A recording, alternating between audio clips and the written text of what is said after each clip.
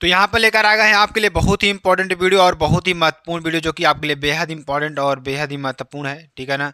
तो सभी लोग क्या करेंगे, वीडियो को शेयर कर देंगे, लाइक कर देंगे, कमेंट सब्सक्राइब जरूर कर देंगे। यहाँ पर ध्यान दीजिएगा, हम 2022 347 जीएल की बात करेंगे और एकदम बेहतरीन तरीके से मैं आपको समझाऊंगा यहाँ पर। ठीक है ना।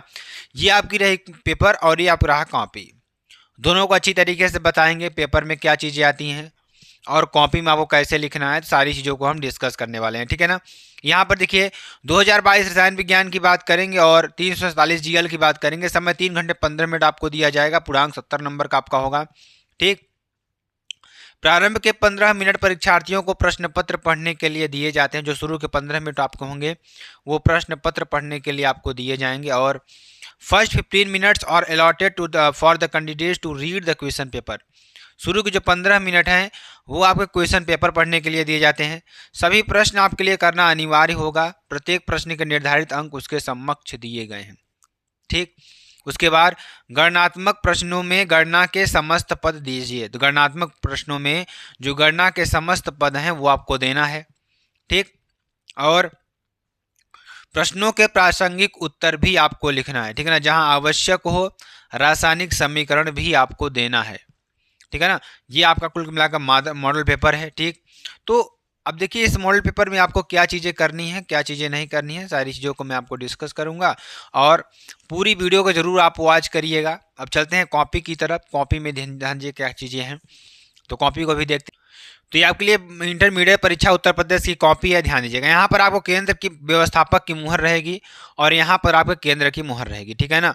परीक्षार्थी उत्तर पुस्तिका किसी भाग में अपना नाम नहीं लिखे। जो परीक्षार्थी होंगे उत्तर पुस्तिका किसी भी भाग में अपना नाम नहीं लिखेंगे। और केंद्राध्यक्ष एवं कक्ष निरीक्षकों को यह अधिकार होगा कि वे परिषद की परीक्षा में सम्मिलित होने वाले परीक्षार्थियों की तलाशी ले सकते हैं। ठीक। परीक्षार्थी उत्तर पुस्तिका के पृष्ठ भाग पर दिए गए निर्देशों को ध्यानपूर्वक पढ़ें तथा सावधानी के साथ पालन करें। ठीक है ना। और क्या दे रहा है, निम्नांकित क्रमांक 1 से 6 तक की पूर्ति परीक्षार्थी स्वयं करेंगे।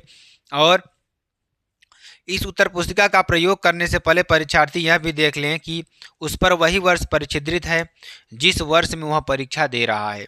ठीक। और परीक्षार्थी सभी प्रविष्टियां शुद्ध एवं स्पष्ट रूप से भरें। ठीक। परीक्षार्थी का अनुक्रमांक यहाँ पे अंकों में आपको डाल देना है। परीक्षार्थी का अनुक्रमांक यहाँ पे आपको शब्दों में डाल देना है। ठीक। अब देखिए विषय आपको रसायन विज्ञान डालना है, सेट नंबर 5। ठीक है ना। ये आपको डाल देना। अब देखिए, और प्रश्न पत्र पर अंकित संकेतांक 347 जीएल आपके पास हो जाएगा। ठीक है ना। और परीक्षा की तिथि एवं पाली आपको डाल देना है। केंद्र का नाम आपको डाल देना है। ठीक। चलिए ध्यान दीजिएगा, कक्ष निरीक्षक क्या भरेंगे, यहाँ पर कक्ष निरीक्षक भरेंगे जो कि आपके लिए। चलिए अब आपको कॉपी की ओर चलते हैं। ध्यान दीजिएगा, ये आपके लिए डेमो कॉपी है, ओरिजिनल मत समझ लीजिएगा, लेकिन सेम टू सेम आपकी ऐसे ही कॉपी आने वाली है। तो सबसे पहले यहाँ पर आपको डाल देना है प्रश्नोत्तर नंबर 1। क्या डाल देना है, प्रश्नोत्तर नंबर, यहाँ पे डाल देना है आपको 1। ठीक। चलिए अब देखिए एक एक का की बात करेंगे। स्टाइकियोमेट्री दोष का उदाहरण है। तो स्टाइकियोमेट्री दोष का उदाहरण कौन होता है, 4 ऑप्शन इसमें आपको दिया रहेगा, लेकिन एक ही ऑप्शन आपको करना रहेगा। ठीक है ना। तो इसमें क्या दे रखा है, 4 ऑप्शन आपको दिया रहेगा। ध्यान दीजिएगा, स्टाइकियोमेट्री दोष का उदाहरण है तो फ्रैंकल दोष तथा शॉर्टकी दोष स्टाइकियोमेट्री दोष के 2 उदाहरण हैं, जबकि धातु आधिक्य दोष व धातु न्यूनता दोष नॉन स्टाइकियोमेट्रिक दोष के उदाहरण है। किसके, नॉन स्टाइकियोमेट्री दोष के उदाहरण हैं। ठीक है ना। आगे चलिए, शुद्ध जल की मोलरता का मान है। शुद्ध जल की मोलरता का मान क्या होता है ये आपको बताना है। तो शुद्ध जल की मोलरता क्या हो जाएगी, 1000 ग्राम बटी 18 बटी 1 लीटर बराबर 55.6 मोल। इसको सॉल्व करेंगे तो 55.6 मोल आपका आएगा। ठीक। प्रारंभिक कोट की अभिक्रिया के लिए A0 प्रारंभिक सांद्रता व T समय बाद सांद्रण A है, तो निम्न में से शुद्ध व्यंजक है। तो प्रथम कोट की अभिक्रिया के लिए A0 प्रारंभिक सांद्रता तथा T समय बाद सांद्रण A है, तब शुद्ध व्यंजक A बराबर A0C माइनस K की पावर T KT। ठीक है ना, ये आपको हो जाएगा। चलिए अगला देखते हैं, ध्यान दीजिएगा, जो कि अपने बेहद इंपॉर्टेंट भी है। क्या प्रश्न क्या कह रहा है कि बेंजल्डिहाइड का सल्फ्यूरिक अम्ल की उपस्थिति में नाइट्रीकरण कराने पर प्राप्त होता है।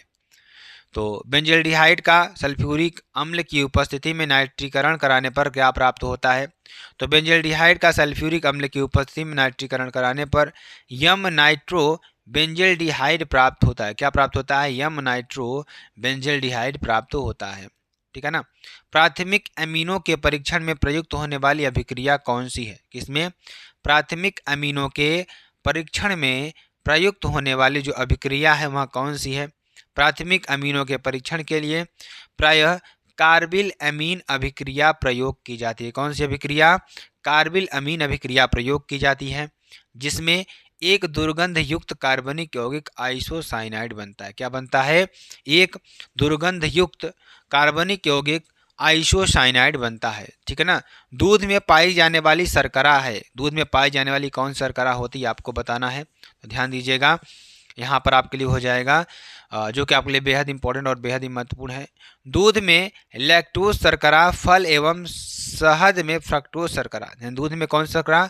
लैक्टोज शर्करा, फल एवं शहद में फ्रक्टोज शर्करा तथा लकड़ी एवं पेड़ पौधे के छालों में सेलुलोज पॉलीसेकेराइड पाया जाता है। ठीक है ना। ये आपके लिए हो जाएगा। चलिए आगे आपको बताते हैं कि वाष्प दाब का आपेक्षिक अवनमन क्या है? इससे राउल्ट के नियम को व्यक्त करने वाले सूत्र का निर्धारण कीजिए। ठीक है ना। तो वाष्प दाब का अपेक्षिक अवनमन क्या होता है? किसी विलायक का विलयन में वाष्प दाब शुद्ध विलायक के वाष्प दाब से कम होता है। किससे? शुद्ध विलायक के वाष्प दाब से कम होता है। राउल्ट ने सिद्ध किया कि वाष्प दाब का अवनमन केवल विलेय कणों के सांद्रण पर निर्भर करता है। किसके? विलेय कणों के सांद्रण पर निर्भर करता है, उनकी प्रकृति पर नहीं। विलायक के प्रारंभिक वाष्प दाब p⁻0 के सापेक्ष विलयन में विलायक के वाष्प दाब में कमी P0 - P बराबर डेल्टा P वाष्प दाब का आपेक्षिक अवनमन कहलाता है तथा इसका मान विलेय के मूल अंश के, ध्यान दीजिएगा, अंश के बराबर होता है, जो निम्न समीकरण द्वारा प्रदर्शित है। कौन सा समीकरण? डेल्टा P/P0 बराबर P0 - P/P0 बराबर N2/N1 + N2। ठीक है ना। ये आपके लिए हो जाएगा। और जहां N2/N1, ध्यान दीजिएगा, जहां पर N2/N1 क्या है हमारे पास? N2/N1 + N2 विलेय का मोल प्रभाव यानी मोल अंश है। बिंदु दोष पर संक्षिप्त टिप्पणी आपको लिखना है। तो बिंदु दोष क्या होता है? चलिए इसके बारे में 2 का ख है आपके पास। बिंदु दोष क्या होता है? एक क्रिस्टलीय पदार्थ में, मान लीजिए कोई हमारे पास क्या है? क्रिस्टलीय पदार्थ है। एक बिंदु अथवा एक परमाणु के चारों ओर की आदर्श व्यवस्था में, किसके? एक परमाणु के चारों ओर की आदर्श व्यवस्था में अनियमितताएं अथवा विचलन बिंदु दोष कहलाता है। क्या कहलाता है? अनियमितताएं तथा अथवा विचलन बिंदु दोष कहलाता है। ठोसों में बिंदु दोष 3 प्रकार का होता है। कौन कौन सा? स्टाइकियोमेट्री दोष। स्टाइकियोमेट्री का उदाहरण देखिए, ZNS, AgCl, AgBr और AgL में फ्रैंकल दोष था। NaCl क्या कर रहा है? NaCl, KCl, CSCl और AgBr में शॉर्टकी दोष है। ठीक है ना। अशुद्धता दोष की बात करेंगे उदाहरण के लिए यदि अल्प मात्रा में SnCl2 युक्त गलित क्रिस्टलीय क्या है? युक्त गलित NaCl को क्रिस्टलीकृत किया जाए तो Na+ के कुछ स्थान पर SR2+ द्वारा घेर लिए जाते हैं। यह एक अशुद्धता दोष है। क्या है? यह एक क्या है? अशुद्धता दोष है। ठीक है ना। क्या है? यह एक अशुद्धता दोष है। ठीक है ना। चलिए जैसे नॉन स्टाइकियोमेट्री दोष की बात करेंगे तो यहाँ पे देखिए, यह दोष 2 प्रकार के होते हैं। धातु आधिक्य दोष यानी जिंक ऑक्साइड ZnO क्रिस्टल में आपका होगा। धातु न्यूनता दोष यानी आयरन ऑक्साइड FeO क्रिस्टल में आपका होगा। ठीक है ना। ये आपके लिए हो जाएगा। चलिए आगे आपको बताते हैं, ध्यान दीजिएगा। अगला क्वेश्चन जो कि आपके लिए बेहद इंपॉर्टेंट है, निम्नलिखित अभिक्रिया वाले सेल को निरूपित कीजिए। ठीक है ना। निम्नलिखित अभिक्रिया वाले सेल को निरूपित कीजिए। तो ज्ञात है सेल अभिक्रिया ZnS + CO2 + 0.1 मोल क्रिया करके क्या हो जाएगा? COS + Zn + 0.01 मोल। ठीक है ना। तो जब आप इसको देखिए, सेल अभिक्रिया है, आपको इसमें पूछ रहा है आपसे कि निम्नलिखित अभिक्रिया वाले सेल को निरूपित कीजिए। ठीक। तो ये आपका लिए हो जाएगा पूरा का पूरा आंसर। इसको आप स्क्रीनशॉट कर लीजिएगा अच्छी तरीके से। ठीक है ना। चलिए अगले प्रश्न की बात करेंगे, 2 के घ की बात करेंगे। इसको भी अच्छी तरीके से समझाएंगे और आपको एकदम अच्छी तरीके से बताएंगे। पूरा का पूरा मॉडल पर आपको अच्छी तरीके से समझाने वाले हैं, ध्यान दीजिएगा। तो क्या कह रहा है? कोलाडी विलयन के टिंडल प्रभाव पर टिप्पणी आपको लिखना है। किस पर? कोलाडी विलयन के टिंडल प्रभाव पर आपको टिप्पणी लिखना है। टिंडल प्रभाव क्या होता है? कोलाडी कणों द्वारा प्रकाश के प्रकीर्णन के फलस्वरूप, जो कोलाडी कण होते हैं इसके द्वारा प्रकाश के प्रकीर्णन के फलस्वरूप टिंडल प्रभाव उत्पन्न होता है। क्या होता है? टिंडल प्रभाव उत्पन्न होता है। कोलाडी कणों का आकार प्रकाश की तरंग दैर्ध्य से कम होता है। जो कोलाडी कणों का जो आकार होता है ना, वह प्रकाश की तरंग दैर्ध्य से कम होता है। अतः जब इन पर प्रकाश की किरणें पड़ती हैं तब ये ऊर्जा अवशोषित कर स्वयं को दीप्त हो जाती हैं। इस प्रकार के नीले रंग का शंकु दिखता है जिसे टिंडली शंकु कहते हैं तथा यह घटना टिंडल प्रभाव कहलाती है। ठीक है ना। ये आपका प्रकाश स्रोत हो जाएगा, ये आपका कोलाडी विलयन हो जाएगा और ये सूक्ष्मदर्शी से आपको इसको देखेंगे और ये टिंडल प्रवृत्ति शंकु आपका हो जाएगा। ठीक है ना। ये आपके लिए चलिए आगे आपको बताते हैं, ध्यान दीजिएगा। चलिए, आयनिक ठोस तथा धात्विक ठोस में अंतर स्पष्ट करना है आपको। क्या करना है? आयनिक ठोस तथा धात्विक ठोस में अंतर स्पष्ट आपको करना है। ठीक, आयनिक ठोस की बात करेंगे तो आयनिक ठोसों के अवयवी कण, जो आयनिक ठोसों के जो हमारे अवयवी कण हैं आयन होते हैं। क्या होते हैं? आयन होते हैं। ऐसे ठोसों का निर्माण धन आयनों और ऋण आयनों के त्रिविमीय विन्यासों में प्रबल गुलामी स्थिर वैद्युत बलों से बंधने पर होता है। यह ठोस कठोर और भंगर प्रकृति के होते हैं। इनके गलनांक और क्वथनांक, मतलब गलनांक गलने की क्षमता और क्वथनांक यानी गलने की क्षमता और क्वथनांक मतलब कि गर्म होने की क्षमता क्या होती है? उच्च होते हैं। क्योंकि इसमें आयन गमन के लिए स्वतंत्र नहीं होते, अतः यह ठोस अवस्था में विद्युत रोधी होते हैं। क्या होते हैं? विद्युत रोधी होते हैं। तथापि गलित अवस्था में अथवा जल में घोलने पर आयन गमन के लिए मुक्त हो जाते हैं और वे विद्युत का संचालन करते हैं। ठीक, मतलब कहने का मतलब जब इनको हम विद्युत में मतलब कि इसको करंट देंगे तो ये Na+ और Cl- में टूट जाएंगे, K+ और Cl- में टूट जाएंगे। मतलब ये आयनों में टूट करके उसी जल में क्या हो जाएंगे? बिखर जाएंगे, जिससे धारा का प्रवाह होने लगेगा। धात्विक ठोस की बात करेंगे तो धातुएं मुक्त इलेक्ट्रॉनों, ये धातुएं जो होती हैं इसमें मुक्त इलेक्ट्रॉन आपको देखने को मिलेंगे और उनके संगलित धन आयनों का व्यवस्थित संग्रह होता है। ये इलेक्ट्रॉन गतिशील होते हैं और क्रिस्टल में सर्वत्र समरूप में विस्तारित होते हैं। मुक्त एवं गतिशील इलेक्ट्रॉनों के कारण ही ये विद्युत एवं ऊष्मा के सुचालक होते हैं, जैसे Ag, Cu, Au, Fe आदि। ठीक है ना। यद्यपि अगला क्वेश्चन, यद्यपि नाइट्रोजन +5 ऑक्सीकरण अवस्था दर्शाता है परंतु यह पेंटो हेलाइड नहीं बनाता है, क्यों? ठीक है ना, ये आपको बताना है। चलिए ध्यान दीजिएगा। नाइट्रोजन अपने ऑक्साइड N2O5 में +5 ऑक्सीकरण अवस्था प्रदर्शित करता है। ठीक, परंतु यह हाइड्रोजन के साथ अभिक्रिया कर NH3 बनाता है। क्या बनाता है? NH3 बनाता है। क्योंकि हाइड्रोजन के कम विद्युत ऋणात्मक होने के कारण नाइट्रोजन अपने एकांकी इलेक्ट्रॉन युग्म को वितरित नहीं करता है, इसलिए नाइट्रोजन पेंटाहेलाइड नहीं बनाता है। ठीक है ना, ये आपके लिए हो जाएगा। चलिए अगला क्वेश्चन, NH3 की प्रकृति क्षारकीय है। ठीक है ना, कैसे सिद्ध करेंगे? ठीक है ना, तो NH3 की क्षार की प्रकृति है तो अमोनिया गैस जल में अत्यधिक विलेय है। जो अमोनिया गैस होती है जल में क्या है? अत्यधिक विलेय है, जो जल में घुलकर OH- आयन बनाती है, जिसका जलीय विलयन दुर्बल क्षारीय होता है। क्या होता है? दुर्बल क्षारीय होता है। इसके साथ ही यह अम्लों के साथ अभिक्रिया कर अमोनिया लवण बनाती है। अतः यह एक दुर्बल क्षार के रूप में कई धातुओं के जलीय लवणों के विलयनों से उसके हाइड्राइडों में अवक्षेपित करती है, जैसे NH3 गैस + H2O ये आपका हो जाएगा, तो NH4+ एक्वारिज्म और OH- एक्वारिज्म आपका हो जाएगा। ठीक है ना, तो ZnSO4 aqua plus NH4 2NH4OH aqua आपके लिए हो जाएगा। ZnOH2 ये सॉलिड है, सफ़ेद अवक्षेप आपको मिलेगा और NH4 का होल ट्वाइस SO4 आपका मिलेगा। ठीक है ना। अगला क्वेश्चन क्या हो जाएगा? ध्यान दीजिएगा। उप सहसंयोजन यौगिकों में केंद्रीय परमाणु तथा उप संयोजन संख्या को उदाहरण सहित आपको स्पष्ट करना है। क्या करना है? उप सहसंयोजन यौगिकों में केंद्रीय परमाणु अथवा उप सहसंयोजन संख्या को उदाहरण सहित आपको स्पष्ट करना है। ठीक, तो क्या हो जाएगा? उप सहसंयोजन यौगिकों में केंद्रीय परमाणु हमारे पास क्या हो जाए? किसी उप सहसंयोजन सत्ता में परमाणु आयन जो एक निश्चित संख्या में अन्य आयनों समूहों से एक निश्चित ज्यामितीय व्यवस्था में परिबद्ध रहता है, केंद्रीय परमाणु अथवा आयन कहलाता है। उदाहरण तौर पर देखेंगे तो FeCN का होल 6⁻³ माइनस केंद्रीय परमाणु आयन क्रमशः Fe⁻³ प्लस। इन केंद्रीय परमाणु में आयनों को लुईस अम्ल भी कहा जाता है। ठीक, ये आपके लिए हो जाएगा। चलिए आगे आपको बता दें, ध्यान दीजिएगा।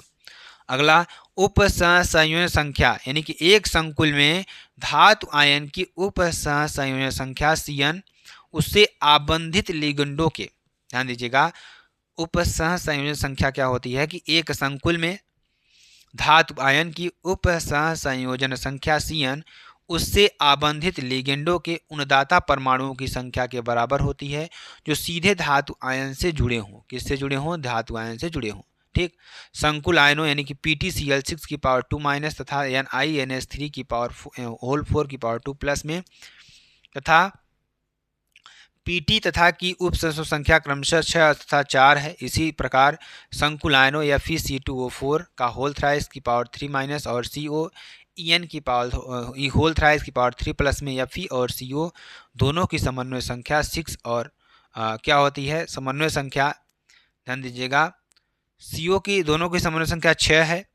ठीक है ना, क्योंकि C2O4⁻² माइनस तथा EN एथेन 1,2 डाईएमीन द्विदंतुर लिगेंड है। ठीक है ना, ये आपके लिए हो जाएगा। चलिए अगला देखेंगे, न्यूक्लिक अम्ल क्या होते हैं? न्यूक्लिक अम्ल क्या होते हैं, एक उदाहरण दीजिए। इनके जल अपघटन से क्या उत्पाद प्राप्त होता है, ये आपको बताना है। ठीक है ना, तो चलिए अच्छी तरीके से समझते हैं इसको, ध्यान दीजिएगा। क्या हो जाएगा? न्यूक्लिक अम्ल क्या होते हैं? न्यूक्लियोटाइड के बहुलक हैं। यह क्या होते हैं? न्यूक्लियोटाइड के बहुलक हैं जो एक क्षारक, एक पेंटोज शर्करा तथा एक फास्फेट अर्धांश से मिलकर बनता है। ठीक, न्यूक्लिक अम्ल जनक से संतति में गुणों के स्थानांतरण के लिए अर्थात आनुवंशिकता के लिए उत्तरदायी होते हैं। न्यूक्लिक अम्ल 2 प्रकार के होते हैं, DNA टू RNA। ठीक है ना, यानी कि पहला DNA दूसरा RNA। न्यूक्लिक अम्लों RNA एवं DNA के कण जल अपघटन से एक पेंटोज शर्करा, फास्फोरिक अम्ल तथा नाइट्रोजन युक्त विषम चक्रीय यौगिक जिन्हें क्षारक कहते हैं प्राप्त होते हैं। न्यूक्लिक अम्ल की एक श्रृंखला का सरलतम विवरण नीचे दर्शाया गया है। क्षारक शर्करा, ये आपका फास्फेट हो जाएगा, या आपकी शर्करा या क्षारक हो जाएगी फास्फेट, यन क्षारक आपके लिए शर्करा हो जाएगी। ठीक है ना, चलिए आगे आपको बताते हैं, ध्यान दीजिएगा। अगला देखिए क्या हो जाएगा, कोलेराउस के नियम को परिभाषित कीजिए। किसको? कोलेराउस के नियम को परिभाषित कीजिए। इससे दुर्बल अम्ल का वियोजन स्थिरांक किस प्रकार ज्ञात किया जाता है। ठीक है ना, तो कोलेराउस नियम क्या होता है? कोलेराउस नियम के अनुसार किसी विद्युत अपघट्य की अनंत अनुता पर जो मोलर चालकता होती है, यहाँ पे λm⁻∞, उसके धन आयनों तथा ऋण आयनों की अनंत अनुता पर मोलर चालकताओं यानी कि λ+⁻∞ प्लस λ-⁻∞ का कुल योग होती है। ठीक है ना, ये आपको हो जाएगा। तो ये फार्मूला आपको लिख लेना है। ठीक, जहाँ V प्लस तथा V माइनस क्या है हमारे पास? विद्युत अपघट्य के एक अणु के वियोजन से उत्पन्न क्रमशः धन आयन तथा ऋण आयनों की संख्याएं हैं। ठीक है ना, चलिए दुर्बल अम्ल का वियोजन स्थिरांक क्या होता है? तो किसी दुर्बल विद्युत अपघट्यों जैसे एसिटिक अम्ल के लिए ΔM⁻m कोलेराउस का आयनों के स्वतंत्र अभिगमन, ठीक है ना, नियम का उपयोग कर प्राप्त किया जा सकता है। किसी भी सांद्रता C पर यदि वियोजन की मात्रा A हो तो इसे सांद्रता C पर मोलर चालकता λm की सीमांत मोलर चालकता λm⁻0 के अनुपात के सन्निकट माना जा सकता है। ठीक, इस प्रकार एक A बराबर λm/λm⁻0, परंतु हम जानते हैं कि एसिटिक अम्ल जैसे दुर्बल वैद्युत अपघट्य के लिए Ka बराबर Ca²/1a। ठीक है ना, ये आपके लिए हो जाएगा। ठीक, CAm का स्क्वायर λm का स्क्वायर और यहाँ पर λm⁻∞ का λm⁻0 का स्क्वायर 1 - λm/λm⁻0। ठीक है ना, तो ये आपको सॉल्व करके अच्छी तरीके से लिख लेना है। ठीक है ना, अगला प्रश्न ध्यान दीजिएगा, कोलाइडी कणों पर विद्युत आवेश किस प्रकार आता है? जो कोलाइडी कण होते हैं इस पर विद्युत आवेश किस प्रकार आता है और ऋणात्मक आवेशित सॉल्व के एक एक उदाहरण देते हुए स्पष्ट करना है आपको। ठीक है ना, चलिए अगला देखिए, कोलाइडी कणों पर विद्युत आवेश की बात करें। कोलाइडी कण धनात्मक तथा या ऋणात्मक आयनों के अधिमान्य अधिशोषण द्वारा धनात्मक या ऋणात्मक आवेश ग्रहण कर लेते हैं। ठीक, परिक्षेपण माध्यम में 2 या 2 से अधिक आयन उपस्थित होने पर कोलाइडी कणों पर उस आयन का अधिमान्य अधिशोषण होता है जो कोलाइड से भी उपस्थित होता है। ठीक, उदाहरण तौर पर देखेंगे, यदि गर्म जल में अधिक में FeCl3 मिलाया जाए तो Fe3 प्लस आयनों के अधिशोषण से धन आवेशित जल फेरिक ऑक्साइड का सॉल्व बनता है, किंतु यदि फेरिक क्लोराइड को NaOH विलयन में मिलाया जाए तो OH आयनों के आधिक्य के साथ एक ऋणावेशित सॉल्व प्राप्त होता है। ये आपको लिख लेना है, ठीक है ना। चलिए अगला देखिए हमारे पास क्या है, धन आवेशित सॉल्व।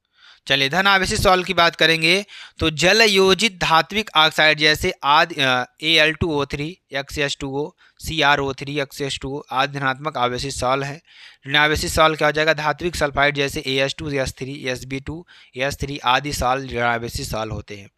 क्या होता है जब केवल रासायनिक समीकरण आपको देना है, तो एनिलीन नाइट्रस अम्ल के कम ताप यानी 273 से 268 केल्विन पर अभिक्रिया करके बेंजीन डाइओजोनियम क्लोराइड बनाता है। C6H5NH2 NaNO2 अब्लिक HCl का 0 से 5 डिग्री सेंटीग्रेड C6H5n बराबर NCl, ठीक है ना, आपके लिए हो जाएगा, तो ध्यान दीजिएगा यहाँ पर, ठीक है ना। एनिलीन का ब्रोमीनीकरण करने पर 2,4,6 ट्राई ब्रोमो एनिलीन प्राप्त होता है, ये आपको कर देना है, ठीक है ना। चलिए 4 के घ की बात करेंगे, आणविक ज्यामिति के आधार पर प्रोटीन का वर्गीकरण कीजिए। प्रोटीन की संरचना पर संक्षिप्त टिप्पणी आपको लिखना है, ठीक है ना। तो आणविक ज्यामिति के आधार पर प्रोटीन को 2 वर्गों में वर्गीकृत किया गया है। पहला रेशेदार प्रोटीन, ठीक, और जब पॉलीपेप्टाइड श्रृंखलाएं समानांतर होती हैं तथा हाइड्रोजन एवं डाइसल्फाइड आबंधों द्वारा संयुक्त रहती हैं तो रेसासम रेसे जैसी संरचना बनती है। कुछ सामान्य उदाहरण कीरोटीन बाल, ऊन तथा रेशम में उपस्थित तथा मायोसिन मांसपेशियों में उपस्थित आदि है, ठीक है ना। चलिए अगला गोलिकाकार प्रोटीन। गोलिकाकार प्रोटीन क्या होता है, जब पॉलीपेप्टाइड की श्रृंखलाएं कुंडली बनाकर गोलाकृत प्राप्त कर लेती है तो ऐसी संरचनाएं प्राप्त होती हैं। ये सामान्यतः जल में विलेय होती हैं। इंसुलिन तथा एल्यूमिन इसके सामान्य उदाहरण है। प्रोटीन की संरचना की बात करेंगे तो प्रोटीनों की संरचना एवं आकृति का अध्ययन पर भिन्न स्तरों पर किया जाता है, ठीक, तो ध्यान दीजिएगा क्या हो जाएगा, ध्यान दीजिएगा। प्रोटीन की प्राथमिक संरचना की बात करेंगे तो प्रोटीन की प्राथमिक संरचना किसी प्रोटीन के पॉलीपेप्टाइड में एमिनो अम्लों के जुड़ने का एक विशिष्ट क्रम प्रोटीन की प्राथमिक 1⁻0 संरचना कहलाता है। तो प्रोटीन की द्वितीयक संरचना की बात करेंगे तो किसी प्रोटीन की द्वितीयक यानी 2⁻0 यानी 2 अंश संरचना का संबंध उस आकृति से है जिसमें पॉलीपेप्टाइड श्रृंखला पाई जाती है, ठीक है ना। ये संरचनाएं 2 प्रकार की होती हैं, अल्फा हेलिक्स तथा बीटा प्लिंटेड शीट संरचना, ठीक है ना। प्रोटीन की तृतीयक संरचना की बात करेंगे तो प्रोटीन की द्वितीयक संरचना का और अधिक वलन के फलस्वरूप तृतीयक संरचना प्राप्त होती है। ये 2 प्रकार की होती हैं, रेशेदार तथा गोलिकाकार, ठीक है ना, ये आपके लिए हो जाएगा। चलिए प्रोटीन की चतुसंरचना की बात करेंगे, 2 या 2 से अधिक पॉलीपेप्टाइड श्रृंखलाओं में बना प्रोटीन उप इकाई कहलाता है। इन उप इकाइयों की परिसर द्विक स्थान व्यवस्था को प्रोटीन की चतुसंरचना कहा जाता है, ठीक। अगला देखेंगे, ग्लूकोज के 1 बिलियन में 12 ग्राम ग्लूकोज 100 ग्राम जल में घुला है। इस बिलियन का क्वथनांक 100.34 डिग्री सेंटीग्रेड जल के मोलल उन्नयन स्थिरांक की गणना आपको करनी है, ठीक है ना। चलिए 1 बिलियन में 100 ग्राम जल में 12 ग्राम ग्लूकोज घोला जाता है तथा तब बिलियन का क्वथनांक TB 100.34 डिग्री सेंटीग्रेड से 73.34 केल्विन जल के लिए KB यानी K⁻⁻1 किलोग्राम मोल की पावर -1, ठीक है ना। और जल का क्वथनांक आपके पास T⁻0 यानी कि 100 डिग्री सेंटीग्रेड यानी 373 केल्विन, ठीक, ये आपके लिए हो जाएगा। और डेल्टा T बराबर क्या हो जाएगा, डेल्टा T बराबर KB इंटू यहाँ पर क्या हो जाएगा, ध्यान दीजिएगा। तो यहाँ के देखिए क्या हो जाएगा, देखिए डेल्टा T का मान क्या है, आप 100.34 माइनस 100 यहाँ आपको हो जाएगा KB इंटू 12/180 इंटू यानी 180 इंटू 100 इंटू 1000, ठीक है ना, ये आपके लिए हो जाएगा। तो ध्यान दीजिएगा यहाँ पर KB का मान क्या हो जाएगा, KB बराबर क्या हो जाएगा 0.34 इंटू 180 इंटू 100/2 इंटू 1000, ठीक है ना। तो क्या हो जाएगा, तो आपके लिए वेरी वेरी मोस्ट इंपॉर्टेंट है, वेरी वेरी आपके लिए ध्यान दीजिएगा। KB बराबर क्या हो जाएगा, ध्यान दीजिएगा 0.51, ठीक है ना, 0.51 और किलो की पावर -1 केजी मोल की पावर -1, ठीक है ना, ये आपके लिए हो जाएगा। तो बहुत ही इंपॉर्टेंट आपके लिए प्रश्न। चलिए आगे प्रश्न बताते हैं। अगला प्रश्न देखिए, संक्रियण ऊर्जा को परिभाषित कीजिए। किसी अभिक्रिया को 400 केल्विन पर तथा 600 केल्विन पर वेग स्थिरांक क्रमशः 0.202, ठीक है ना। तो अगला प्रश्न देखिए क्या है आपके लिए, बहुत ही इंपॉर्टेंट ये भी है। अगला प्रश्न देखिए क्या है कि सक्रियण ऊर्जा को परिभाषित कीजिए। तो ये आपको हमने बताया क्रमशः इतना है इतना है, तो क्या सक्रियण ऊर्जा की गणना कीजिए। R बराबर 8.31, ठीक है ना, ध्यान दीजिएगा। और जूल केल्विन मोल की पावर -1, ठीक है ना, ये आपको जो log 4 है आपके लिए है, मान log 4 का मान भी आपको यहाँ पर दिया रहेगा, ठीक है ना। और ध्यान दीजिएगा यहाँ पर सक्रिय ऊर्जा की बात करें, सक्रिय ऊर्जा किसे कहते हैं, तो किसी रासायनिक अभिक्रिया को संपन्न होने के लिए, ठीक है ना, संपन्न होने के लिए यहाँ पर न्यूनतम ऊर्जा की आवश्यकता होती है, ठीक है ना, न्यूनतम ऊर्जा की आवश्यकता होती है, उसे सक्रियण ऊर्जा कहते हैं। मतलब अगर कोई हमारे पास अभिक्रिया है तो उसको पूर्ण होने में, ठीक है ना, उसको पूर्ण होने में जितनी न्यूनतम ऊर्जा की आवश्यकता होगी उसे हम क्या कहेंगे, सक्रियण ऊर्जा कहेंगे। और इस शब्द का प्रयोग सर्वप्रथम स्वीडन के वैज्ञानिक आर्हेनियस ने किया था। सक्रियण ऊर्जा को प्रायः EA से प्रदर्शित किया जाता है। इसका मात्रक किलो जूल प्रति मोल या किलो कैलोरी प्रति मोल होता है। प्रश्न अनुसार देखेंगे तो ध्यान दीजिएगा, दो भिन्न तापों पर, ठीक है ना, दो भिन्न तापों पर यहाँ पर जो आपके लिए कह रहा है कि तापों पर अभिक्रिया के वेग स्थिरांक K1 और K2 हों, तो log 10 K1/K2 बराबर EA/2.303 into R into 1/T2 minus 1/T1, ठीक है ना। K1 बराबर क्या हो जाएगा, ताप T1 पर वेग स्थिरांक, K2 बराबर ताप T2 पर वेग स्थिरांक, EA बराबर सक्रियण ऊर्जा जूल मोल की पावर -1, R बराबर गैस स्थिरांक यानी कि 8.314 जूल किलो की केल्विन की पावर -1 मोल की पावर -1। T1 बराबर क्या हो जाएगा, 400 केल्विन पर K1 बराबर 0.02 सेकेंड की पावर -1, T2 बराबर 600 केल्विन पर K2 बराबर 0.08 सेकेंड, ठीक है ना, आपके लिए हो जाएगा। तो ध्यान दीजिएगा, इसको सॉल्व करेंगे तो आप इसको पहले सॉल्व कर लीजिए, उसके बाद इसको जब सॉल्व करोगे तो आपको कितना आएगा, कुल मिलाकर 13.84 किलो जूल मोल, ठीक है ना। ध्यान दीजिएगा यहाँ पर। और आगे देखिए, ध्यान दीजिएगा जो कि आपके लिए बेहद इंपॉर्टेंट है, बहुत ही महत्वपूर्ण है, ठीक है ना। संक्रमण तत्व क्या होते हैं, इनके चुंबकीय गुणों की रंगीन आयनों का बनना तथा संकुल आयनों का बनना आदि पर संक्षिप्त टिप्पणी आपको लिखना है। संक्रमण तत्व क्या होते हैं, ऐसे तत्व जिनके परमाणु तथा आयन में डी कक्षक अपूर्ण होते हैं। क्या होते हैं, डी कक्षण अपूर्ण होते हैं, ठीक है ना। और इसके गुण यस तथा पी ब्लॉक में स्थित तत्वों के मध्य होते हैं, संक्रमण तत्व कहलाते हैं, ठीक है ना। और संक्रमण तत्व के चुंबकीय गुण की बात करेंगे, पदार्थ का चुंबकीय क्षेत्र अनुपयुक्त करने पर मुख्यतः दो प्रकार के चुंबकीय व्यवहार प्रदर्शित अनुपयुक्त, ध्यान दीजिएगा, चुंबकीय क्षेत्र द्वारा प्रदर्शित होते हैं, परंतु अनुचुंबकीय पदार्थ आकर्षित होते हैं। जो पदार्थ चुंबकीय क्षेत्र के प्रबल रूप से आकर्षित होते हैं वे लौह चुंबकीय कहलाते हैं। वास्तव में लौह चुंबकत्व अनुचुंबकत्व का चरम स्वरूप है। बहुत से संक्रमण धातु आयन अनुचुंबकीय हैं। अनुचुंबकत्व की उत्पत्ति अयुग्मित इलेक्ट्रॉनों की उपस्थिति के कारण होती है। प्रत्येक ऐसे अयुग्मित इलेक्ट्रॉन का चुंबकीय आघूर्ण प्रचक्रण को संवेग तथा कक्षीय संवेग से संबंधित होता है।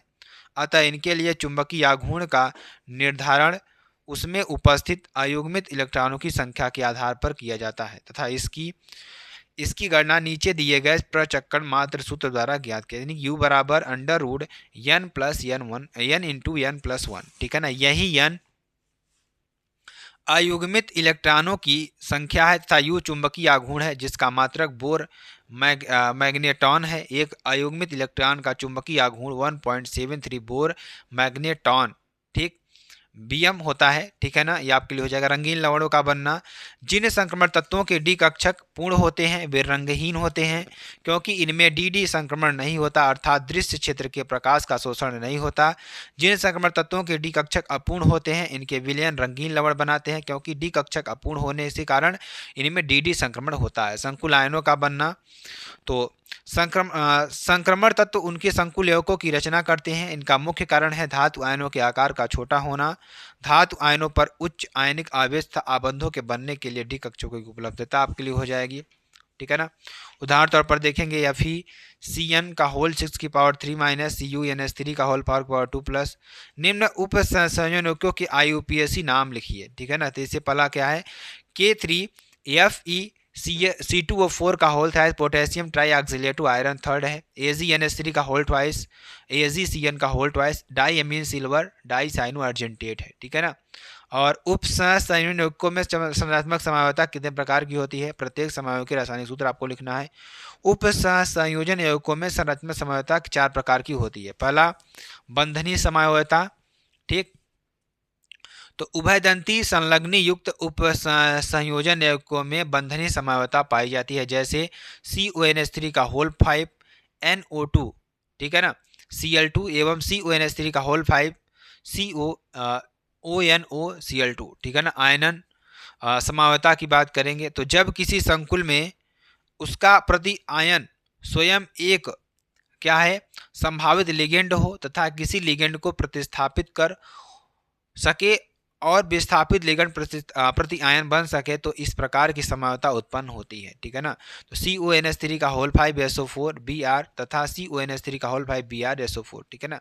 उप संयोजन समावयवता की बात करें, किसी संकुल में उपस्थित भिन्न धातुओं की धनायनिक एवं ऋण आयनिक उप सत्ता के मध्य लिगेंडों के अंतर परिवर्तन से इस प्रकार की समावयवता उत्पन्न होती है, जैसे CONH3 का होल 6 CrCN का होल 6 COCN का होल 6 CrNH3 का होल 6। विलायक योजन अभिक्रिया की समावयवता की बात करेंगे तो जब जल विलायक के रूप में प्रयुक्त होता है तो इस प्रकार की समावयवता हाइड्रेट समावयवता कहलाती है, जैसे CrH2O का होल 6 Cl3 बैगनी था CrH2O का होल 5 Cl2 आदि भूरा हरा, ठीक है ना। अगला नाइट्रोजन की ऑक्सीकरण अवस्था 2, 3, 4 और 5 के ऑक्साइडों के नाम एवं सूत्र लिखे आते हैं, आपको लिख लेना अच्छी तरीके से, ठीक। NO N2O3 NO2 N2O5, ठीक है। अमोनिया बनाने की प्रयोगशाला विधि ये हमने आपको बहुत बार करवाया हुआ है, ठीक।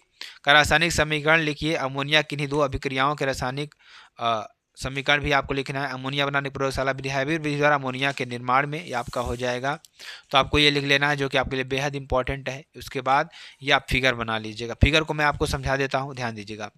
इसमें क्या होता है, हम क्या करेंगे, ध्यान दीजिएगा, इसमें हम क्या करेंगे, गर्म करेंगे, यानी 1:3 के अनुपात में क्या करेंगे N2H2 का लेंगे और इसमें हम गर्म करेंगे तो यहाँ से क्या होगा, यहाँ से उत्प्रेरक कक्ष में आएगा, उत्प्रेरक कक्ष में क्या होगा, उसकी अभिक्रिया को तीव्र करेगा, ठीक, मोलिब्डेनम लोहे का चूर्ण। उसके बाद यहाँ से ठंडा करके हम द्रव अमोनिया को इकट्ठा कर लेंगे, ठीक है ना, ये आपके लिए हो जाएगा। चलिए, अमोनिया की सल्फेट से अभिक्रिया ये आपको लिख लेना है, ठीक। उसके बाद निम्नलिखित यौगिकों में IUPAC पद्धति में नाम आपको लिखना है, जैसे C6CH5OCH2 CH3 ethyl phenyl ether या एथॉक्सी बेंजीन आपके लिए हो जाएगा। CH3 CH2 का whole twice C single bond OH और CH डबल बॉन्ड CH2 यानी पेंट 1 इन टू ऑल, ठीक है ना। निम्नलिखित पर टिप्पणी आपको लिखना है, तो निर्जल जलीय Cl2 तथा सांद्र HCl का एक अनुपात एक का विकर्मक आपके लिए हो जाएगा, ये आपको कर देना है, पूरा इसको अच्छी तरीके से सॉल्व कर लेना है, ठीक है ना।